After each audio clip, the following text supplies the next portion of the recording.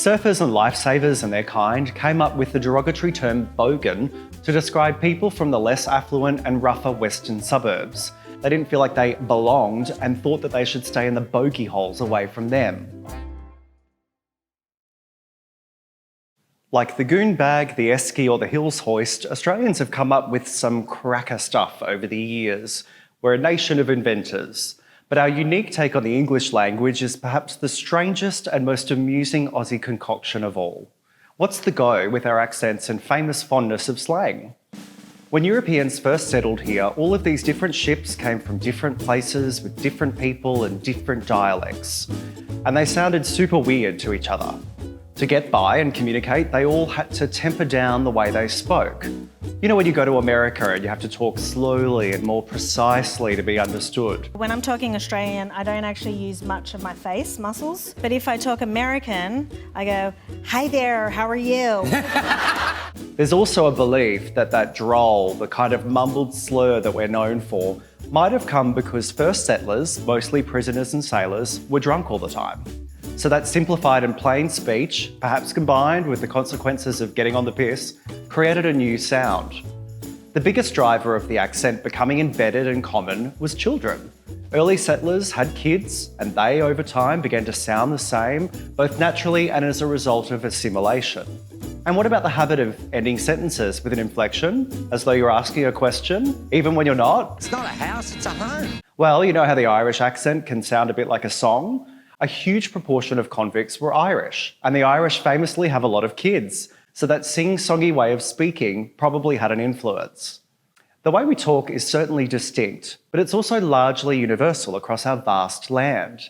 That's because Europeans were highly mobile people in Australia. People moved about a lot in search of new opportunities after serving their time as convicts, or looking for stockman work, or chasing riches in the gold rush. As a result, there aren't too many variations in our dialect. It's not like America, where you get these huge differences in the accent.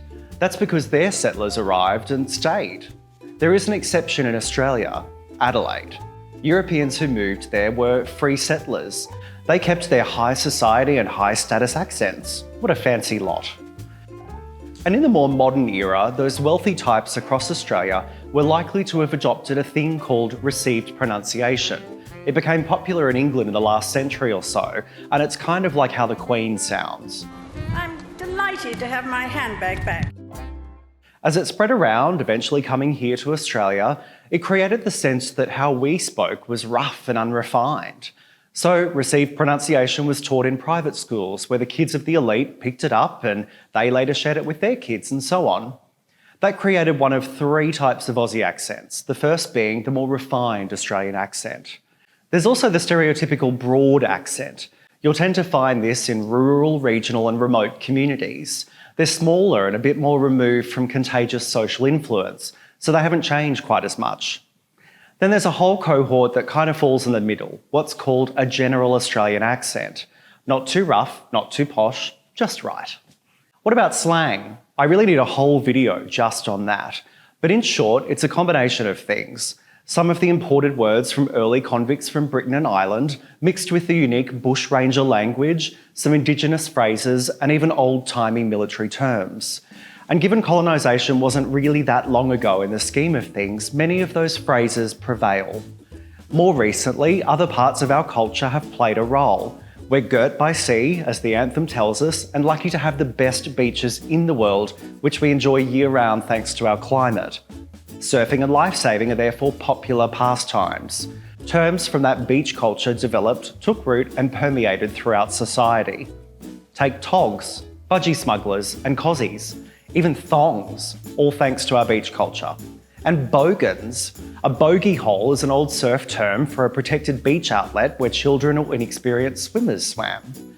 Surfers and lifesavers and their kind came up with the derogatory term bogan to describe people from the less affluent and rougher western suburbs. They'd venture to the beach on weekends and during summer school holidays, and the eastern suburbs beach types did not like that. They didn't feel like they belonged and thought that they should stay in the bogey holes away from them. When it comes to shortening names, it's believed that a lot of that came down to foreigners with hard to pronounce surnames.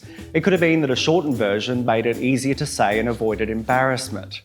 And it can show our playful side and iconic dry wit, say, calling a redhead Bluey. In other cases, shortening a name or a term or a phrase is an endearing way to show affection and our friendly nature. Finally, we're kind of proud of that slang lingo part of our modern identity. It's fun and funny, so we keep coming up with more and more new terms and phrases. I mean, look at the past few years. Things like getting a test for Rona and having to be an ISO, or worse, Lockie D. Hopefully, it's only a matter of time until we can all get on the beers again.